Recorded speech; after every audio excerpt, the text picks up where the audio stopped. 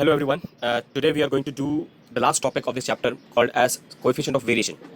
Now the reason why we are doing this coefficient of variation is because other methods of comparison, that is the range and quartile deviation, standard deviation, variance, all these are incompatible with different set of data. There are huge data divided into different parts like A and B, okay, C, D. There are multiple sets of data.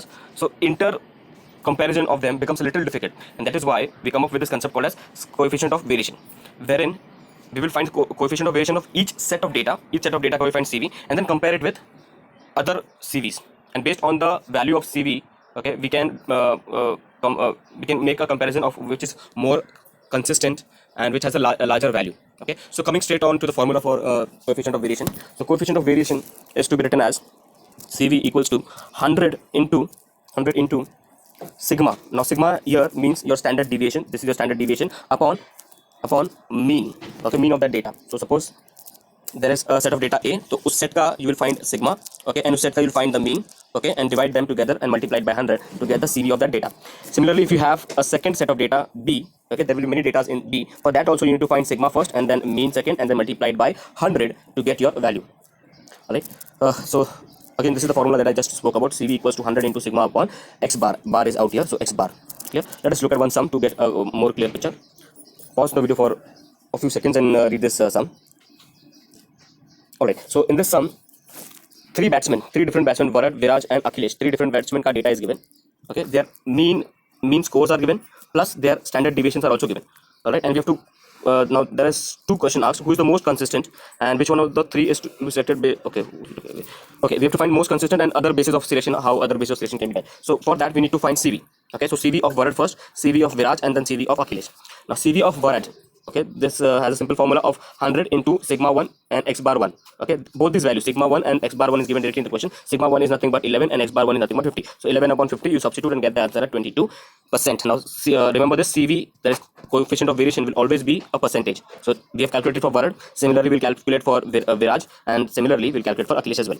Now based on the values we have to find out which is more consistent. So for consistency, the CV, the value of coefficient of variation, has to be minimum. So the minimum value is of Virat, so we can say that Virat is most consistent. Okay, now there can be various methodologies based on which you will select your team or your men for playing, right? So there can be two such selection criteria. One is based on consistency. So if we calculate consistency, Virat value is smaller, so he will be selected. But if we have to calculate it based on the expected score, the highest score, so highest score is of Viraj because 27.59. So Viraj will be selected based on the highest score, and Virat will be selected based on the consistency. Now let us look at some other sum. In the second sum, please pause this for a second for some, okay, and read the question. Alright, so in this sum you can see two set of data are given, x and y. Okay, in both this set of data, mean is given and variance is given. Look at this very properly. Variance is given, so variance is nothing but sigma square. Okay, but what we need in the question, in the formula is only sigma. We need sigma in the question, okay, in the formula, but it's given as sigma square. So what we do is we find the root of that.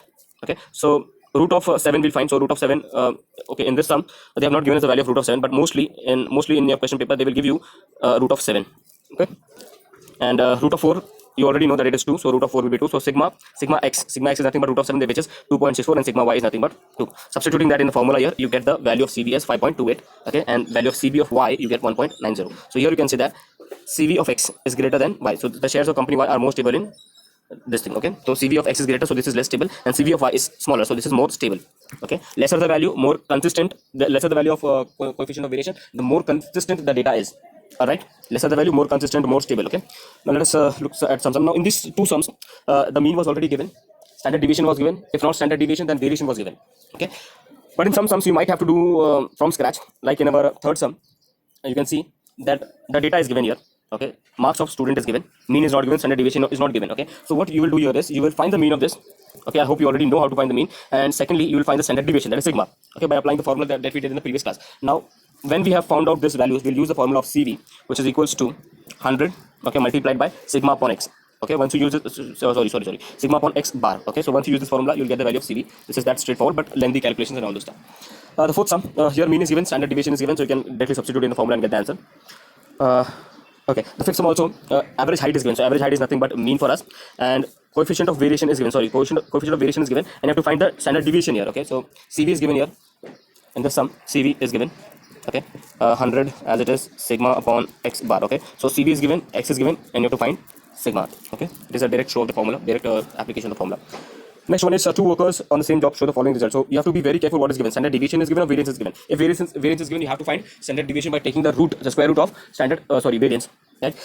Here, okay. So here two set of data for worker P and worker Q is given.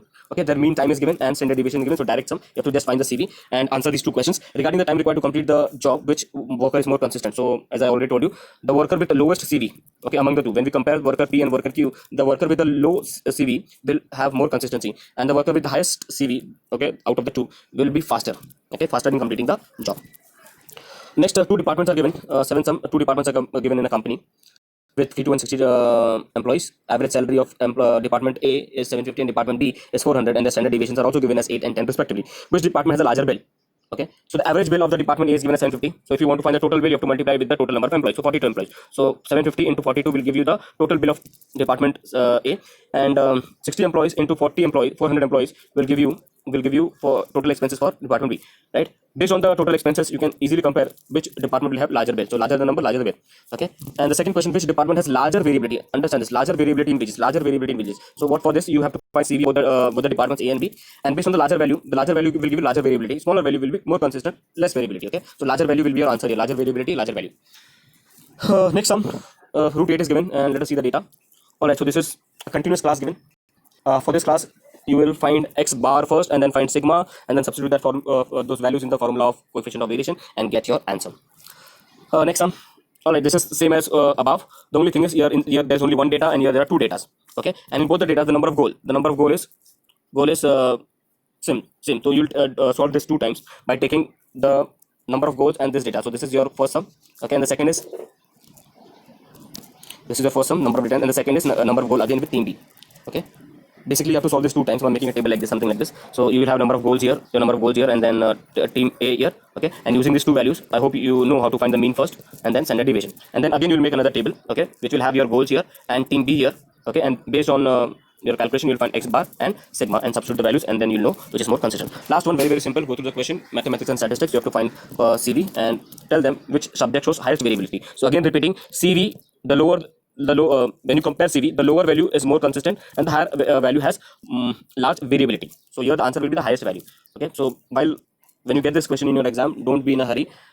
Always be careful what is given in the data. If variance is given, you have to find sigma, that is standard deviation. Okay, and secondly, be careful what is being asked. Okay, whether consistency is being asked or larger variability is being asked. Okay, and based on that you can do the sum. Like any doubts, so we'll take in the class, or else you can give me a call as well. We'll stop today's class here.